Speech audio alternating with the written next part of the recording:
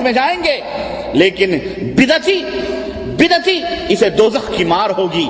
یاد رکھو، تفصیلات انشاءاللہ تبارک تعالیٰ آگے میں بیان کر رہا ہوں۔ اس لیے اس موضوع کا بیان کرنا اور مرد اور عورتوں کو اس خطرناک بیماری سے آگاہ کرنا امت مسلمہ کے علماء حق کا فرض ہے اور ان کی ذمہ داری ہے، تاکہ شیطان کہیں انہیں چونا نہ لگا سکے اور کہیں بٹا نہ لگا دے، اور ان کے اعمال، یہ بیچارے عوام محنت مزدوری کرنے والے یہ نہ جانے کہ سنت کیا ہے، بدعت کیا ہے، بری چیز کو بھی، گندی چیز کو بھی کیا کہتے ہیں اچھا سمجھ کر کے ہضم کرتے رہیں۔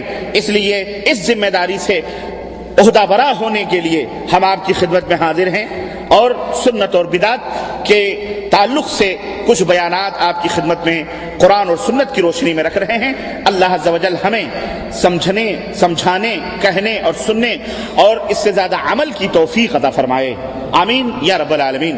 یاد رکھو میرے عزیزوں، میرے مسلمان بھائیوں، جو علاج کرنے والا طبیب ہوتا ہے، حکیم ہوتا ہے، ڈاکٹر ہوتا ہے، وہ مریض کا دشمن نہیں ہوتا، مریض کا دشمن نہیں ہوتا۔ جانکار آدمی انجانے کا دشمن نہیں ہوتا۔ جانکار آدمی اگر کوئی راستہ بتلائے اور صحیح ہے اور دلیل بھی دے تو اس کی بات مان لی جاتی ہے۔ تو الحمدللہ آج کی یہ مجلس اسی لیے بپا کی گئی ہے۔ اللہ اسے مبارک بنائے اور اللہ اس مجلس کو قبول فرمائے، اور جب ہم یہاں سے اٹھیں اللہ ہمارے گناہوں کو معاف فرمائے، آمین یا رب العالمین۔ دوستوں اور بھائیوں، بدعت اور سنت، بہت اختصار کے ساتھ، وقت کی قیمتی وقت ہے، اس کو ملحوظ رکھتے ہوئے، بدعت جیسا کہ میں نے بتلایا یہ سنت کی اپوزٹ ہے۔ سنت کی بات میں نے بتلا دی۔ حدیث اور سنت کس کو کہتے ہیں؟ اللہ کے حبیب صلی اللہ علیہ وسلم کے قول یعنی زبان سے جو باتیں نکلتی ہیں، عمل سے جو ظاہر ہوتا ہے، اور اسی طرح تقریر کو، صحابہ کرام کے عمل کو اور نبی کی خاموشی کو سنت کہا جاتا ہے۔ بدعت اس کے الٹا ہے۔ اس کی تعریف کیا ہے؟ اللہ کے نبی صلی اللہ علیہ وسلم کی زبان سے سنتے ہیں۔ اللہ کے رسول صلی اللہ علیہ وسلم نے ارشاد فرمایا، من احدث فی امرنا ھذا ما لیس منہ فہو رد۔ ہمارے لائے ہوئے اس حکم میں، فی امرنا، فی امرنا، ہمارے لائے ہوئے اس حکم میں، ہمارے لائے ہوئے اس حکم میں، اس شریعت میں، اس دین میں، جو شخص کسی نئی بات کا اضافہ کرے یا نئی بات ایجاد کرے، فہو رد، تو وہ مردود ہے۔ تو وہ کیا ہے؟ بولو، مردود ہے۔ یہ بدعت کی تعریف ہے۔ بہت سارے لوگ، ہمارے عامۃ الناس، بیچارے آپ لوگ جو سنت کے پیروکار ہیں، جب کچھ بدعتی علماء یا ان کے بدعت کے کچھ لوگوں سے ملاقات کرتے ہیں، ان کے مولویوں نے بدعتی انہوں نے کچھ پٹیاں پڑھائی ہوئی ہوتی ہیں، جب وہ کہتے ہیں، وہ بیچارے سیدھے سادے بول دیتے ہیں، حالانکہ ان کو ایسا نہیں بولنا چاہیے، بدعت کی مکمل تعریف کرنی چاہیے، تب جا کے معاملہ واضح ہوتا ہے۔ سیدھے بول دیتے ہیں جو نبی کے زمانے میں نہ ہو، جو چیزیں نہ رہی ہوں، اب اگر اس کو کیا جائے تو بدعت ہے، ایسا سیدھا سادہ بول دیتے ہیں۔ تو مولوی پٹی پڑھائے ہوئے رہتا ہے طوطے کی طرح لوگوں کو، تو کہتے ہیں کہ میاں چشمہ نبی صلی اللہ علیہ وسلم کے زمانے میں تھا تو چشمہ کیوں پہنتے ہو؟ یہ بھی بدعت ہے۔ گھڑی نبی صلی اللہ علیہ وسلم کے زمانے میں تھی، گھڑی کیوں پہنتے ہو؟ یہ بھی بدعت ہے۔ کوٹ نبی صلی اللہ علیہ وسلم کے زمانے میں تھا، کوٹ کیوں پہنتے ہو؟ یہ بھی بدعت ہے۔ مولانا آپ کا شماغ بھی بدعت ہے، آپ کے جبے کبے بھی بدعت ہیں، آپ کے جو پہلے کاٹن کے کپڑے چلتے تھے آج پولیسٹر کے کپڑے چلتے ہیں، یہ بھی بدعت ہے۔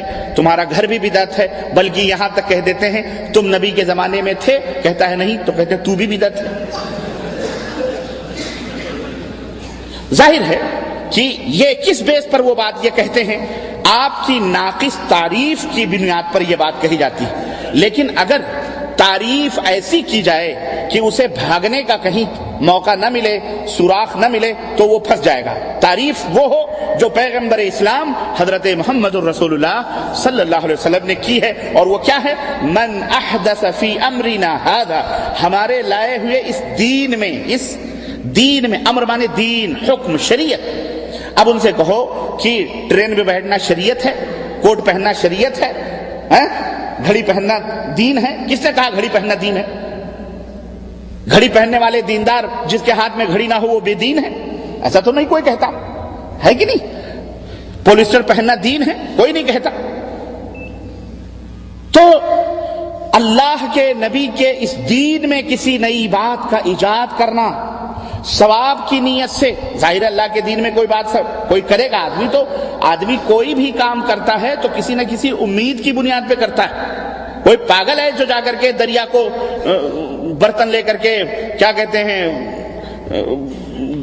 باہر پانی پھینکنا شروع کرے، لوگ کہیں کہ کیا کر رہا، بولے دریا سکھا لانے کی کوشش کر رہا، وہ پاگل ہے۔ سمندر کبھی سوکھ سکتا ہے، اس کو پاگل کہیں۔ آدمی جو بھی محنت کرتا ہے کسی نہ کسی امید میں کرتا ہے، اور ظاہر ہے آپ دین سمجھ کے جو عمل کر رہے ہو کس لیے کر رہے ہو؟ اسی امید میں کہ آپ کو اس پر اجر ملے گا، ثواب ملے گا، جنت ملے گی، اللہ راضی ہوگا، اللہ خوش ہوگا، درجات بلند ہوں گے، اسی لیے تو کرتے ہیں آپ۔ یہ جو ڈیگیں پکتی ہیں مزاروں پر، یہ جو چادریں چڑھتی ہیں مزاروں پر، یہ جو دیے جلاتے ہیں مزاروں پر، یہ عود اگربتیاں لے جا کر کے وہاں جو کرتے ہیں، یہ جو قوالیاں گاتے ہیں، یہ جو ٹھمکیاں لگاتے ہیں، یہ جو اجڑے گھجڑے بھگڑے ہوتے ہیں، یہ کیوں ہوتے ہیں؟ فالتو ہوتے ہیں؟ بڑے بڑے مالدار لوگ خرچ کیوں کرتے ہیں؟ تاکہ انہیں اجر ملے، ثواب ملے، باپ داداؤں کی روحوں کو پہنچاتے ہیں اس کے ہی سال اجر اور ثواب۔ ایسے نہیں کوئی فالتو میں پیسے پھینکتا ہے۔ سمجھ آئی کہ نہیں آئی؟ تو یہ ہے اصل بدعت کس کو کہتے ہیں؟ جو نبی کریم صلی اللہ علیہ وسلم کے لائے ہوئے دین میں کسی نئی بات کو ایجاد کرے ثواب کی نیت سے، اس کو کیا کہا جاتا ہے؟ یاد رکھو گے اس تعریف کو؟ ہاں میاں سنو، صرف مسلمان ہونا ہی کافی نہیں ہے، مسلمان ہونے کے بعد زیور علم سے آراستہ، دلائل اور ثبوت سے آراستہ پیراستہ ہونا بھی ضروری ہے۔ ضروری کی نہیں ہے؟ آدمی سادہ سودہ مسلمان ہو، کوئی بھی کافر پھنسا سکتا ہے، کوئی بھی کافر گمراہ کر سکتا ہے، لیکن اس کے پاس دلیل ہے، ثبوت ہے۔ آپ کے پاس لاکھ طاقت ہے، قوت ہے، ٹھیک ہے، پہلوان ہیں آپ، لیکن ایک آدمی کے پاس پستول ہے، رائفل ہے، آپ اس سے لڑنے جاؤ گے تو کون جیتے گا؟ پہلوان جیتے گا؟ وہ رائفل والا پتلا دبلا جس کو ایک تھپڑ مارو تو ناچ کے گر جائے گا، وہ جیتے گا؟ وہ پستول کے آپ جائیں گے ٹھائے سے مار دے گا، وہی پہلوانی گئی آپ کی۔ ارے وہ تو مقابلے میں جب ہاتھ ملائیں گے تب باری آئے گی، لیکن وہ دوری سے آپ کو رائفل سے داغ دے تو مسلمان ہونا اس کے ساتھ علم کے زیور سے آراستہ ہونا بھی ضروری ہے، تاکہ شیطان گمراہ صرف مسلمان کلمہ پڑھیے بھائی مسلمان ہے چلو ہم لڑتے نہیں لڑ سکتے جب تک زیور علم سے آراستہ اور پیراستہ نہ ہو۔ اسی لیے قرآن آیا ہے، قرآن میں دلیلیں آئی ہیں، ثبوت آئے ہیں، اللہ تعالیٰ نے ہر بات کے لیے ثبوت طلب فرمائی ہے۔ ہر جگہ اللہ کئی مقامات پر اللہ فرمایا ہاتوا برہانکم ان کنتم صادقین، ہاتوا برہانکم ان کنتم صادقین، دلیل لاؤ اگر تم سچے ہو، دلیل لاؤ اگر تم سچے ہو۔ کیوں اللہ تعالیٰ نے کہا دلیل لاؤ دلیل لاؤ؟ یہ علم ہے۔ دلیل کیا ہے؟ یہ علم ہے۔